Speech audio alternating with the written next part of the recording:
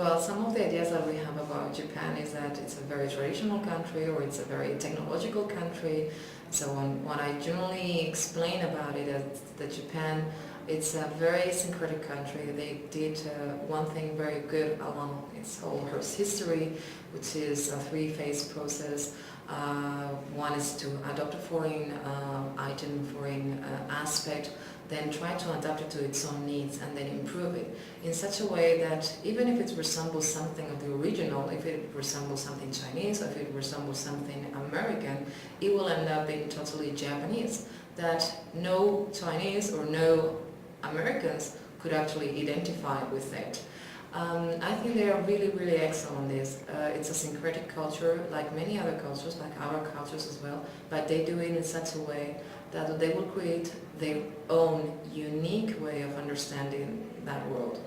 And another aspect that I believe the Japanese have in their culture is that they are extremely pragmatic, in the sense that a lot of people think like Japanese are very rigid, very kind of square-minded. And they are in many, many aspects. They are, for example, in following protocols and following rules, because they need that for survival. We can actually deal a lot about it. But on the other hand, they are extremely flexible. They don't have these constraints, let's say, I wouldn't say that they don't have ethics, they do. But they don't have these values or very linear way of looking to the world like we have probably in Western cultures, that we define time like before Jesus Christ and after Jesus Christ, so it's very linear.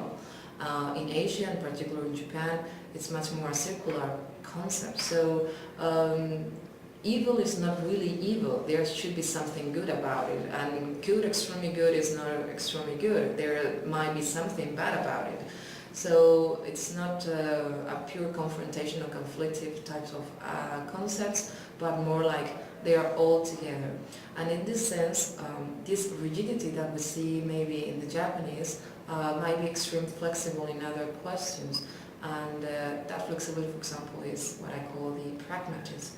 If something works for me and doesn't hurt anyone, why not adopt it? Why not have it as part of my life? I talk about this, for example, when we talk about the religions, if Japanese are religious or not, if they have a spiritual life or not. And we say, well, they mix everything. They believe in Shintoism, they believe in Buddhism, they believe in some Christian values. They don't actually care so much about what's the name behind it, as long as they make them feel better and better persons, as long as they don't hurt anyone. And another third aspect of the Japanese culture is that it's also hyper-contextual. That's where actually the rigidity comes from. You have to take the context, you have to take who you're speaking to, in which social position or he is, in which social position you are, in order to understand how to deal with this situation.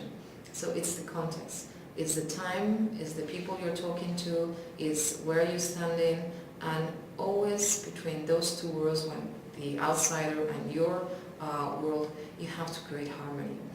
You can't be conflicted, so you always have to try to find consensus, you have to try to understand the other, and that's very difficult. You know, people are different, so it's always difficult to tackle a situation properly, and that's probably where the non-Japanese have most problems to deal with, for example, in business situations or in other situations, that they think they kind of understood the Japanese, but suddenly they didn't understand at all. So they are completely perplexed, mesmerized, and trying to find out what was happening and going on that they missed.